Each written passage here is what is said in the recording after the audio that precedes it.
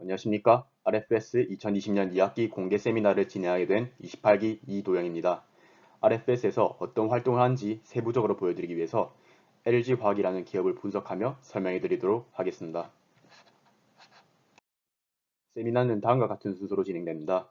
우선 LG화학이 영위하는 산업을 둘러싼 글로벌 시장 현황, 그리고 현재 LG화학의 기업의 현황, 전지사업부 현황을 개괄적으로 살펴보는 시간을 가진 후 이를 바탕으로 투자 포인트를 잡고 밸류에이션을 진행하겠습니다. 첫 번째로 LG화학이 영위하는 산업에 대해 살펴보겠습니다. LG화학은 전지사업부, 석유화학사업부, 첨단소재사업부, 생명과학사업부, 그리고 기타 사업부 총 5개의 사업부로 이루어져 있으며 그중 가장 주목해야 할 사업부는 전지사업부와 정유화학사업부이기에 본 산업의 현황을 위주로 살펴보도록 하겠습니다. 먼저 전지사업에 대한 설명입니다. 전지사업은 대표적으로 전기차 배터리, 에너지 저장 장치 ESS에 탑재되는 중대형 배터리, 그리고 소형 리튬이온 전지 사업으로 나누어집니다. 자동차 전지 시장은 각국 정부의 그린 뉴딜 정책 기조로 인한 전기차 시장 확대 지원 정책에 따라 빠르게 성장 중입니다. 전 세계 전기차 시장은 2017년 122만 대 판매에서 2018년 200만 대, 그리고 2019년 220만 대를 달성하고 그 규모는 2025년에 5배 성장한 1200만 대로 예상됩니다. ESS 전지 사업 또한 정부의 환경 규제와 에너지 효율 향상 지원 정책으로 앞으로 성장 가능성이 매우 높은 사업이라고 할 수 있습니다. 소형 리튬이온 전지 사업은 스마트폰 및 웨어러블 기기의 보급 확대, 전기 자전거, 전동 휠 등 신규 시장의 수요 증가로 꾸준히 성장하고 있는 사업 부문 중 하나입니다. 다음은 각국 정부의 전기차 지원 정책입니다. 독일, 프랑스, 영국, 네덜란드, EU, 한국 등 각국에서 전기차 구매와 생산을 장려하기 위한 정책을 시행 중이고 이에 따라 전기차 시장도 크게 성장할 것으로 보입니다.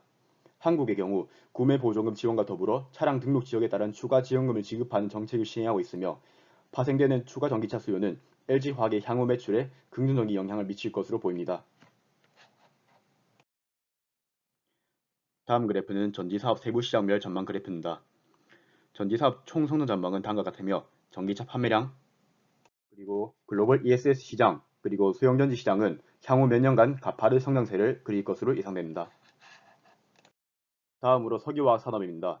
석유화학 산업은 납사 등을 원료로 하여 에틸렌, 프로필렌, 벤젠 등 기초 원료를 생산하는 공업과 이를 원료로 하여 다양한 합성 수지를 생산하는 공업을 포괄하는 사업으로 대규모 장치 산업의 특징을 지니고 있습니다.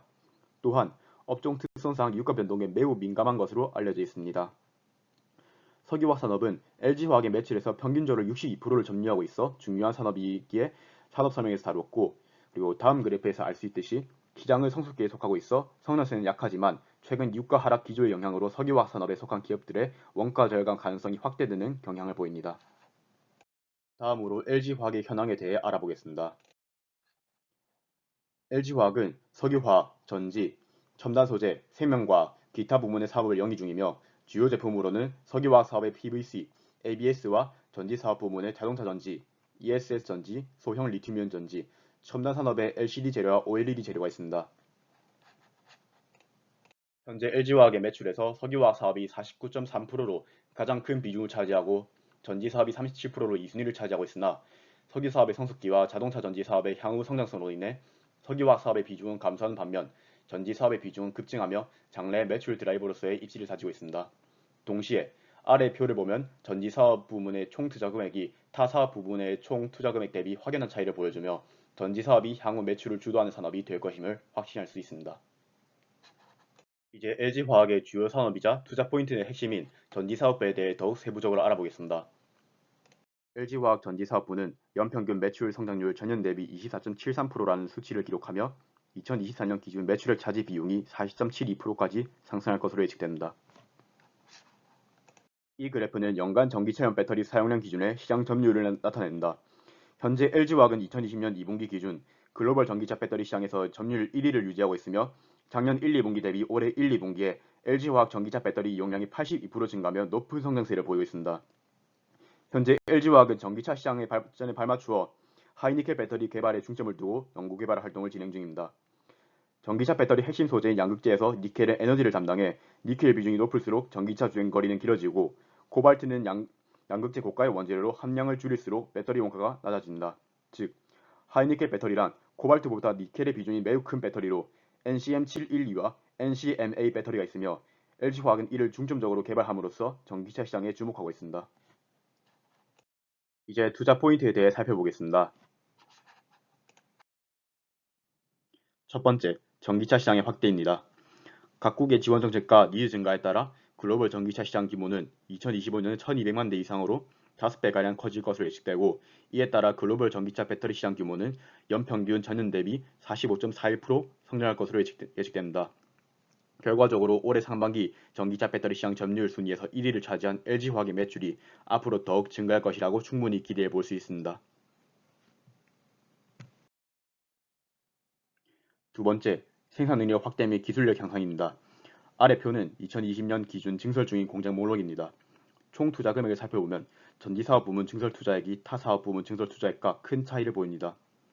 폴란드와 중국을 중심으로 공장 증설이 이루어져 중대형 배터리 생산 능력은 2019년 70GWh에서 2021년 120GWh, 그리고 소형 원통형 배터리 생산 능력은 2019년 14GWh에서 2021년 27GWh까지 증가할 것으로 예측됩니다.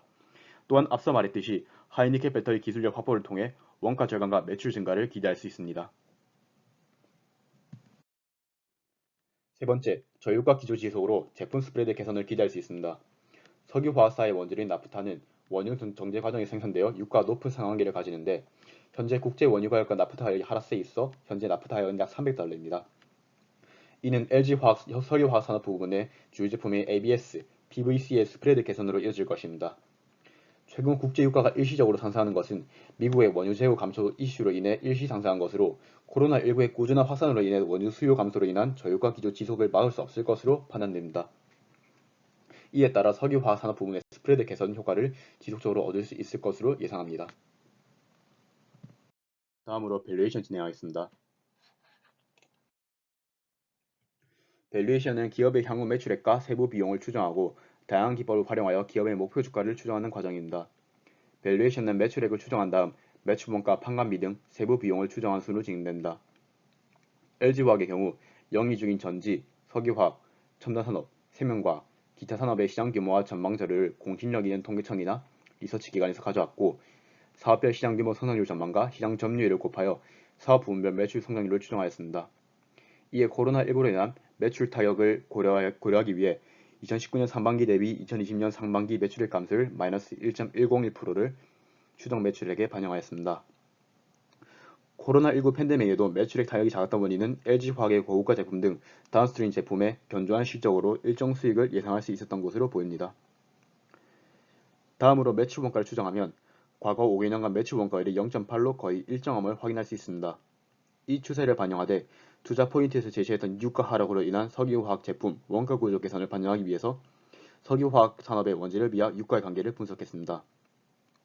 과거 5개년간 유가분의 원재료비 비율이 비교적 일정한 값이 나오는 것을 확인했으며, 이를 평균하여 2020년 추정 유가분의 원재료비 비율 16만 2,579.628을 산정 후 2020년 추정 유가를 산정하고 곱함으로써 2020년 추정 원재료비를 구했습니다. 2020년 추정 유가는 코로나19 재확산 가능성으로 인해 지난 4월 대규모 화산 때 유가 15를 반영을 했으나 4분기 회복을 예상, 그리고 감안하여 현재보다 낮은 30으로 설정했습니다. 이후 2020년 말 매출 원가에서 석유화학 원재료비 추정 비중 31.72%를 산정했으며, 2020년 추정 원재료비 감소율 곱하기 추정 매출 원가에서의 비중을 통해 유가 하락이 2020년 매출 원가에 마이너스 13.794%만큼 영향을 미칠 것으로 예상했습니다. 이 영향을 과거 5개년 매출 원가를 0.8에 반영하여 매출 원가를 추정하였습니다.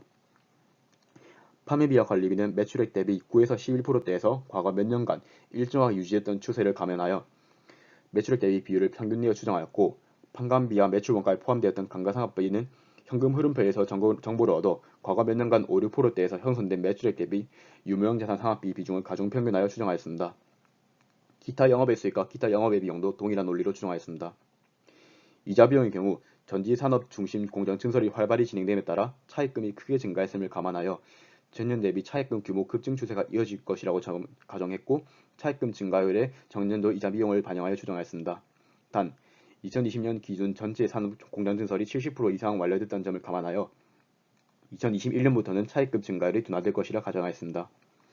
이자 수익의 경우 이자가 발생하는 현금 및 현금성자산, 유동금융자산, 장기금융자산 등의 총합에 비례하여 이자 수익이 증가한다고 가정하여 이 자산들의 종합 증가 비율에 전년도 이자 수익 발생을 곱하여 이자 수익 발생을 추정함으로써 약 534억 원의 이자 수익이 발생할 것으로 예측하였습니다.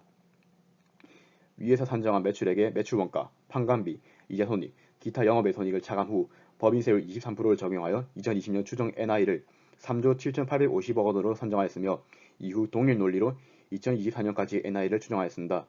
이후 절대가치 밸류에이션 DCF 과정을 거쳐 LG화학의 목표 주가를 107만 5,790원으로 추정하였으며 상승 여력 41%를 제시합니다.